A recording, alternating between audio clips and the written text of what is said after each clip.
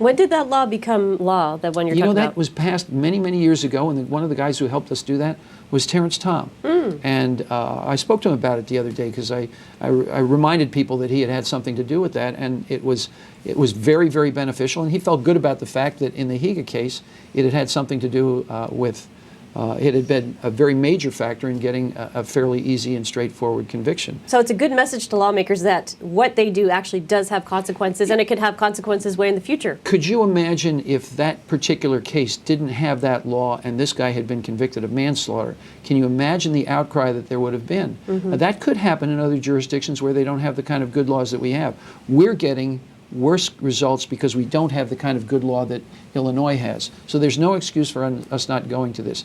As long as you leave it as to a debate as to what's going on in the defendant's mind, by the time trial comes around, he or she is going to have some very good reason why they weren't really intending to kill somebody by shooting them 8 times in the head. Right, right. Okay. So, Mark, what's the final bill in your package? Well, I'm happy to pass right on to gambling. Oh, okay. Pass on to gambling. The controversial debate here at the legislature right now, for people that don't know, is the lawmakers are trying to decide if they're going to legalize gambling. And this comes up, what, every other year almost? Yeah, Sometimes it every does, year? but I think because of our admitted budget crisis now, where it is a more serious budget crisis than I think anyone can recollect, this is getting more play. Right. And I think it is a very bad idea. I don't think there's any question that if we legalize gambling at some point, whether in 2 years or 3 years or 4 years or 5 years, there would be some additional revenue that would initially be realized from gambling.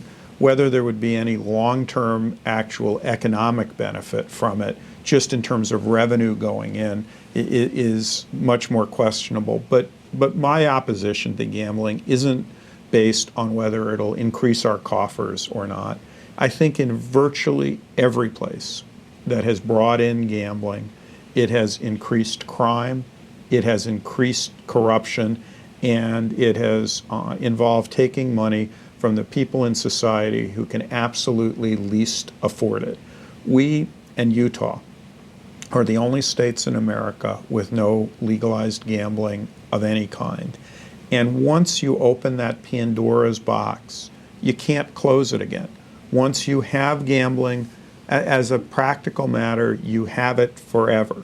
You're never going to be able to put that genie back in the bottle. Look at places around the country that have had these slot machines or casinos like Atlantic City.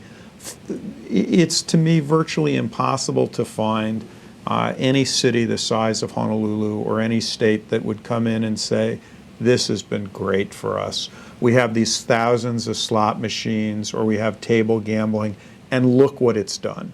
I think it's impossible to find that kind of a story, but I think if you talk to social welfare agencies, Gamblers Anonymous, a variety of entities that really analyze what gambling does, they would talk about the ills, the horrors, the bad things it does for places that legalize gambling, and few and far between are the people who talk about the good.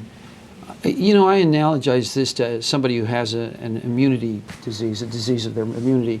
When you have a problem with your immune system, then suddenly you catch all of these other awful diseases, the most pernicious being pneumonia. Okay, the captain of death is what they used to call that in the plague days.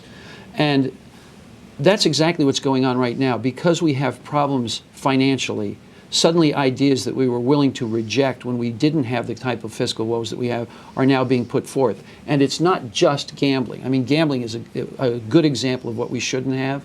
But they're also now talking about emptying the prisons by letting everybody out, no matter what they've done, so that we can now have people who are criminals getting out and running over to the gambling casinos, because of course that's not going to attract prostitution and money laundering and organized crime. That's not going to happen. It's all going to feed our children and put them in better schools, okay, which is the great dream that everybody has that never, ever, ever ultimately materializes.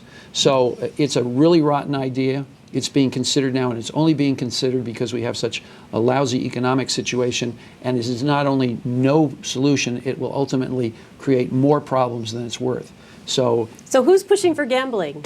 With all that in the mind. gambling industries and the gambling interests. Those are the what people who are pushing is this for it. coming from the tourism industry too, or it's mostly people from outside Hawaii that want to bring gambling You here? know, the people who are wise in the tourism industry and the retail industry realize that people come with a set amount of money. And if they spend that on gambling, then it is not going to be going into our stores.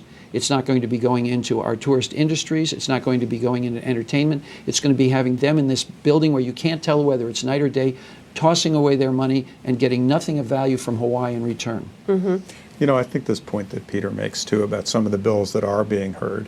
I attended a hearing a few weeks ago in the House Judiciary Committee where the bill was to reduce the number of offenses for which repeat offenders get mandatory minimum sentences.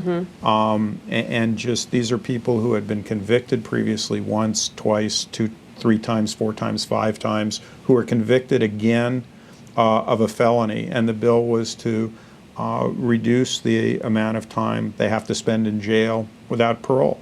I don't understand why we are seeing those bills when we can't get our law enforcement coalition packages heard. And as Peter said, people in jail, it certainly costs money to keep people in prison. But the cost of letting somebody who's going to commit crimes out of prison early is far more than the amount we spend to house them.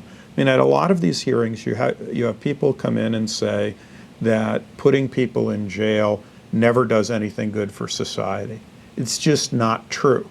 I will grant you that in many cases, if not most cases, putting somebody in jail doesn't do any good for the person you're putting in jail.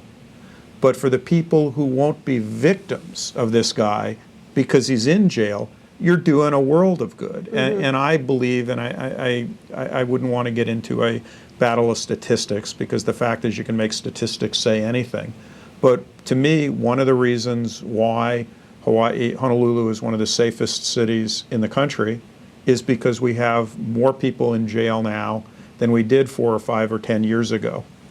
And if you lose your reputation as a safe destination and you're a tourist-based economy, that could be a disaster that could create loss of even more jobs than we're suffering right now. Right. Florida went through that at one point. The Great Florida Tourist Right, Massacre. right. Florida, some of the Caribbean islands, and you don't get that reputation back. And we're never going to stop all violent criminals because we're never going to get them all. We're never going to have them all in jail. But we can start. Okay, finalize. People can call their lawmakers, tell them no gambling, and pass a law enforcement coalition package, right? Absolutely. Good idea. Okay. Let's do it. Let's do it. Absolutely. All right. This has been News Behind the News, and as always, time flies when we're having a good conversation about important things. Thank you for joining us today. Aloha.